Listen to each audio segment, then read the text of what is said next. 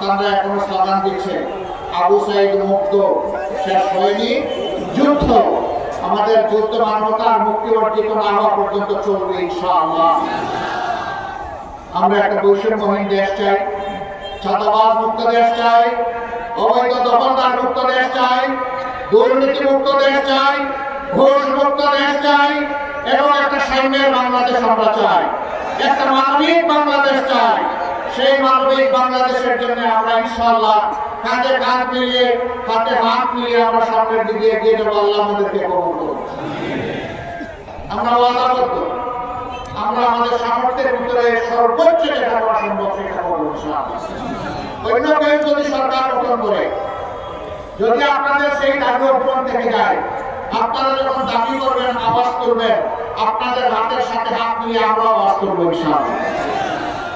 ওই দাবি আদায়ের জন্য আমরা একাকার হয়ে যাব, তারপরে আমরা দাবি আদায় করে ছাড়বো ইনশাআল্লাহ।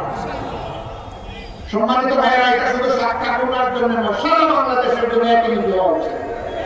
প্রধানমন্ত্রীর বাড়ি যেখানে হবে সেখানে উন্নয়নের সমস্ত জোয়ারকে পানি ওখানে ধাক্কা লাগবে, এটা আমরা চাই না। যিনি প্রধানমন্ত্রী হবেন, দেশের প্রত্যেক ইঞ্চি মাটিকে তার সম্মান করতে হবে, প্রত্যেকটি মানুষকে তার সম্মান করা লাগবে, তবেই তিনি দেশের প্রধানমন্ত্রী হিসেবে বিবেচিত হবে। মন্ত্রী পরিষদের সদস্যরা কোনো এলাকার প্রতিনিধিত্ব করবেন না, সেই মন্ত্রণালয় সারা বাংলাদেশের তার যত কাজ আছে সব জায়গার প্রতিনিধিত্ব করবে। এইভাবে যদি ইসলামের ভিত্তিতে দেশ চলে, ইনশাআল্লাহ এই দেশ আগামীতে বিশ্বে উন্নয়নের একটা রোল মডেল হবে। আমাদের হাসিনা রোল মডেলের কথা বলছেন, যে রোল মডেলের 26 লক্ষ টাকা দেশের বাইরে চুরি করে চলে গেছে, ওইটা না, আমি সত্যিকারের রোল মডেলের কথা বলছি। সেই বাংলাদেশ আমরা করতে চাই, আপনারাও সেই বাংলাদেশ চান। আলহামদুলিল্লাহ, এই বাংলাদেশে শিশু, বৃদ্ধ, আবাল বনিতা, নারী, পুরুষ নির্বিশেষে সকলে ঘরে বাইরে কর্মক্ষেত্রে সর্বত্র তারা একটা মর্যাদা পাবে এবং নিরাপত্তা তাদের নিশ্চিত হবে ইনশাআল্লাহ। এই বাংলাদেশ গঠনের জন্য আমাদেরকে আরো অনেক ত্যাগ স্বীকার করতে হবে। আপনারাও কি সেই ত্যাগ স্বীকার করতে প্রস্তুত? শিওর? বুঝে শুনে হাত তুলেছেন, আওয়াজ দিচ্ছেন, মোবারকবাদ। সংগ্রাম আমাদের শেষ হয়নি, আমাদের সন্তানরা এখনো স্লোগান দিচ্ছে, আবু সাইদ মুক্ত, শেষ হয়নি যুদ্ধ। আমাদের যুদ্ধ মানবতার মুক্তি অর্জিত না হওয়া পর্যন্ত চলবে ইনশাআল্লাহ। আমরা একটা বৈষম্যহীন দেশ চাই, ছাত্রাবাস মুক্ত দেশ চাই, অবৈধ দখলদার মুক্ত দেশ চাই, দুর্নীতি মুক্ত দেশ চাই, ঘুষ মুক্ত দেশ চাই, এবং একটা সাম্যের বাংলাদেশ আমরা চাই, একটা মানবিক বাংলাদেশ চাই।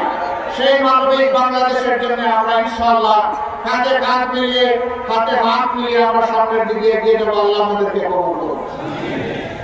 আমরা বাংলাদেশ জামাতে ইসলামী আপনাদের কাছে বিশেষ অনুরোধ রাখতে চাই, আমাদেরকে যদি জনগণের কল্যাণে কাজ করতে দেখেন, দেশের কল্যাণে কাজ করতে দেখেন, দিনের কল্যাণে কাজ করতে দেখেন, আমরা যেন আপনাদের একটু ভালোবাসা পাই, আমরা যেন আপনাদের একটু দোয়া পাই, আপনাদের একটু সহযোগিতা পাই, ন্যায়সঙ্গত কাজে আপনাদেরকে যেন পাশে পাই, আপনাদেরকে যেন সাথে পাই। যদি কোনো অন্যায় করতে দেখেন, আপনাদের পক্ষ থেকে যেন প্রতিবাদের আওয়াজ উঠে, আপনারা যেন আমাদের সমালোচনা করেন, আপনারা যেন আমাদেরকে টান দিয়ে সোজা করেন। যদি আপনাদের এই গঠনমূলক সমালোচনা আর যদি দোয়া ভালোবাসা আমাদের সাথে থাকে, আমরা অঙ্গীকারবদ্ধ, আল্লাহ তাআলার হুকুম হলে, জনগণের ভালোবাসা এবং সমর্থন পেলে আমরা একটি সাম্যের বাংলাদেশ উপহার দেব ইনশাআল্লাহ। আল্লাহ রাব্বুল আলামিন আপনারা যে কষ্ট করে এসেছেন এর জন্য তার উত্তম জাযা দান করুন। এই ঠাকুরগাঁর ন্যায়সঙ্গত দাবিগুলো আদায়ে আমরা যেন ঐক্যবদ্ধভাবে সবাই কাজ করতে পারি, সেই তৌফিক দান করুন। দেশের উন্নয়নে আমরা যেন যার যার জায়গা থেকে সর্বাত্মক অবদান রাখতে পারি, সেই তৌফিক আল্লাহ তাআলা আমাদেরকে দান করুন। আল্লাহ হাফেজ। বাংলাদেশ জিন্দাবাদ, বাংলাদেশ জামাতে ইসলামী জিন্দাবাদ। আসসালামু আলাইকুম ওয়া রাহমাতুল্লাহি ওয়া বারাকাতুহু।